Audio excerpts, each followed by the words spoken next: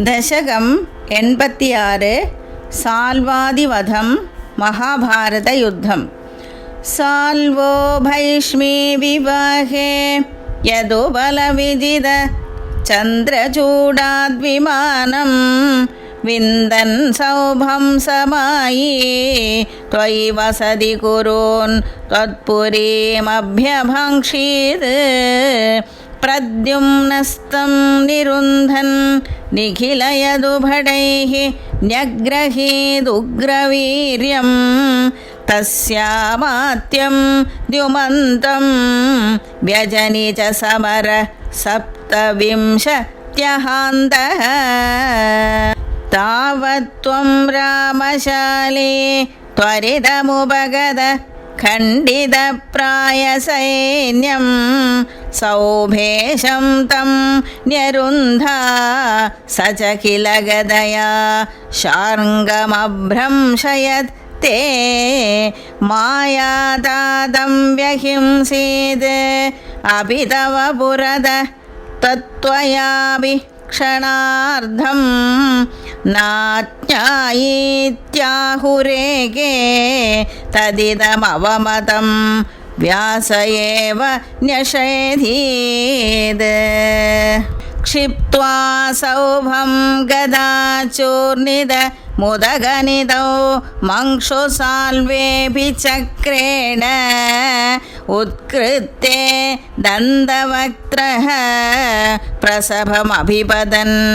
അഭ്യമുഞ്ജത് ഗദാം തേ കൗമോദക്യാഹദോസൗ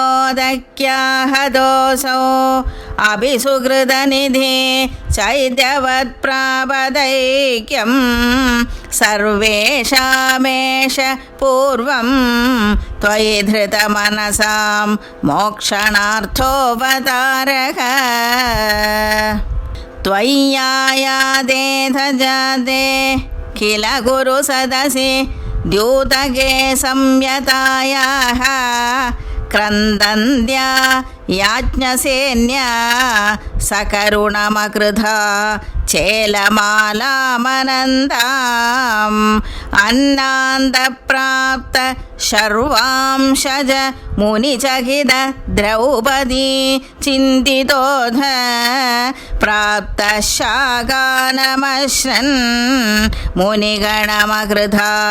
തൃപ്തിമന്ദം വനാന്തേ യുദ്ധോദ്യോഗേധമന്ത്രേ മിലതി സതിവൃത ഫൽഗുനേന ത്വമേകഃ കൗരവ്യേ ദത്തസൈന്യഃ കരിപുരമഗമോ ദൂത്യകൃത് പാണ്ഡവാർത്ഥം ഭീഷ്മദ്രോണാദിമാന്യേ തവ ഖലു വചനേ ധികൃതേ കൗരവേണ വ്യാവൃണ്വൻ വിശ്വരൂപം മുനിസദസി പുരീം ക്ഷോഭയിത്വാഗതോ ഭൂഃ ജിഷ്ണോസ്ത്വം കൃഷ്ണസൂത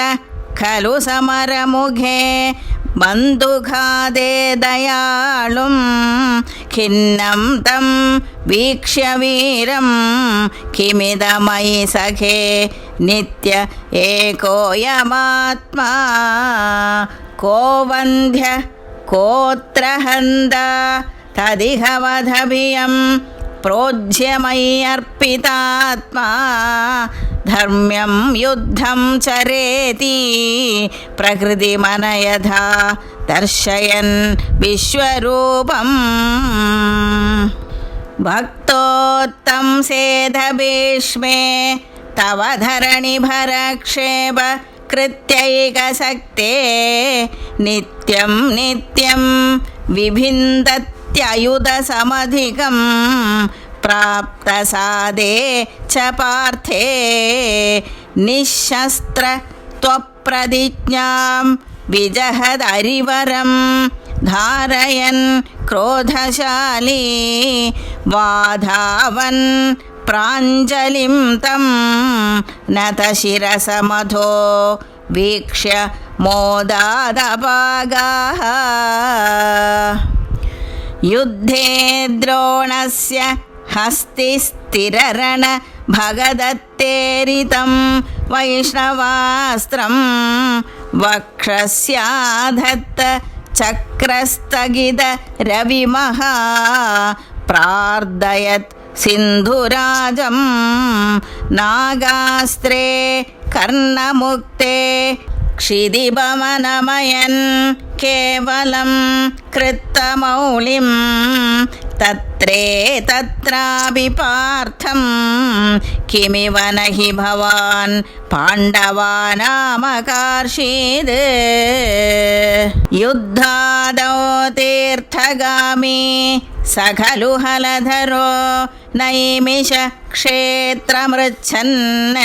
അപ്രത്യുത്ഥായ സൂത ക്ഷയകൃതധസുതം തത്പദേ കൽപ്പയിത്വാ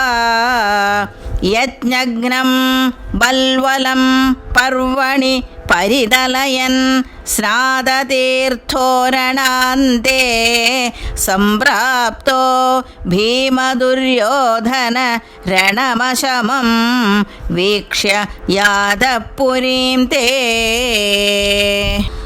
സംസുപ്തദ്രൗപദേയ ക്ഷപണഹദധിയം ദ്രൗണിമേത്യ ത്വദുക്ത്യാ തന്മുക്തം ബ്രാഹ്മമസ്ത്രം സമഹൃതവിജയോ മൗലിരത്നം ച ജഹ്രേ ഉച്ഛിത്യൈ പാണ്ഡവാനാം പുനരപി ച വിശത്യുത്തരാഗർഭമസ്ത്രേ രക്ഷൻ അങ്കുഷ്ടമാത്രഃ കില ജഠരമകാ ചക്രപാണിർവിഭോ ത്വം ധർമ്മൗഘം